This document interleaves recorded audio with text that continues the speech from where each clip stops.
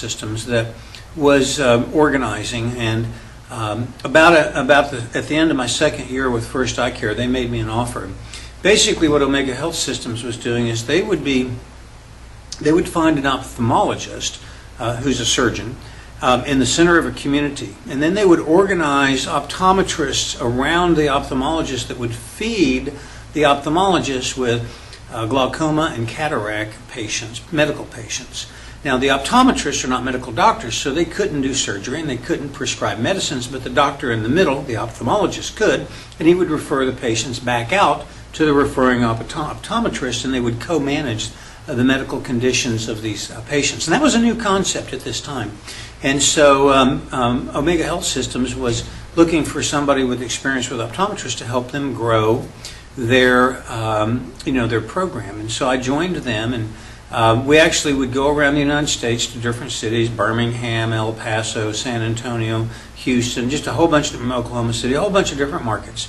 And I would help organize a limited partnership where the optometrists around the surrounding communities would be invited to participate as limited partners, and the general partner would be the company that I was working for, and then they would be hired by the ophthalmologist. And bottom line is, and just a shortcut to the bottom line, is this was a way for an end run around the Medicare fraud and abuse laws. Now, Medicare fraud and abuse laws basically say that you cannot give a referral fee to a doctor for referring you a patient. So an ophthalmologist can't pay money to an optometrist who sends him patients. Well, it's obvious that if that was allowed, then optometrists or doctors with a lot of money would pay all the other doctors money to send them patients, and then the doctors that make the referrals would be potentially biased to send you to a doctor not based upon how good they are, but how much money they were going to receive. So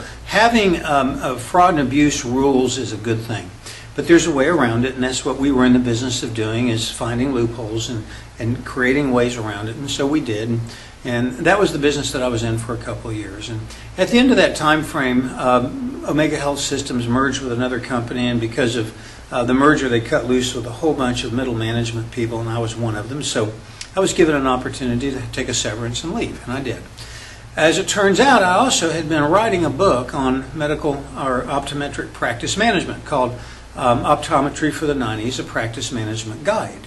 And it was about 225 pages, and because I had literally met hundreds of optometrists around the nation, I would always, as I was talking to them, ask, what are you doing that's working? What are you doing that's not working? And I learned a lot, and I wrote a book about optometric practice management. In this book, I self-published, and it was purchased by, and I marketed it through various magazines, and it was purchased by lots of doctors. I sold over 3,000 copies.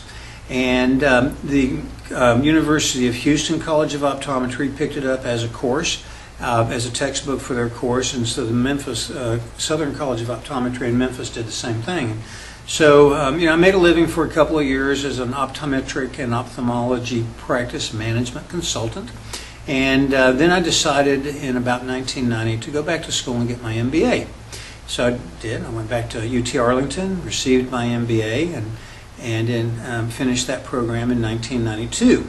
Now, at about that time, the United States was looking at concluding a negotiation with Canada and Mexico for the North American Free Trade Agreement, NAFTA. And of course, I wanted to get involved in international business, but I don't really know anybody. I don't have any family over in Eastern Europe. Eastern Europe was opening up because of the fall of the Iron Curtain and the demise of the Soviet bloc, and so there was lots of opportunity in Eastern Europe, but I didn't have any family over there. I didn't have any connections. It's a long ways away. I didn't have the resources to go become part of the Eastern European opening up. I also, same thing, didn't have any connections in Latin, or not Latin, but in the Pacific Rim. And just as today, there's tremendous activity, economic activity going on back then in the Pacific Rim.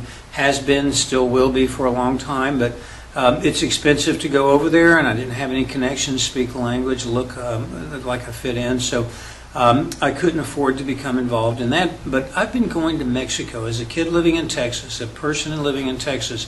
most of my life. I've been going to Mexico for a long time. So NAFTA was an opportunity for me to get involved in an international business. And so I began to do research in the summer of 91, 92, and traveled to Mexico to learn Spanish. Spent a couple of weeks in in Cuernavaca in the the Christmas season of 92, 93.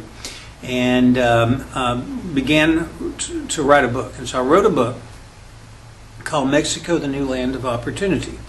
And it was about 450 pages, and it had a history of Mexico and an analysis of doing business in Mexico. It was full of lots of research and very good information for companies interested in doing business in Mexico. And I published this book and began to sell it through Latin Trade Magazine and Foreign Trade Magazine, and I sold enough copies to where I got encouraged, and I just began to do my own marketing, and the sales of the book began to take off. And so in 1993, January of 1993, I launched a magazine called Mexican Business Review Magazine.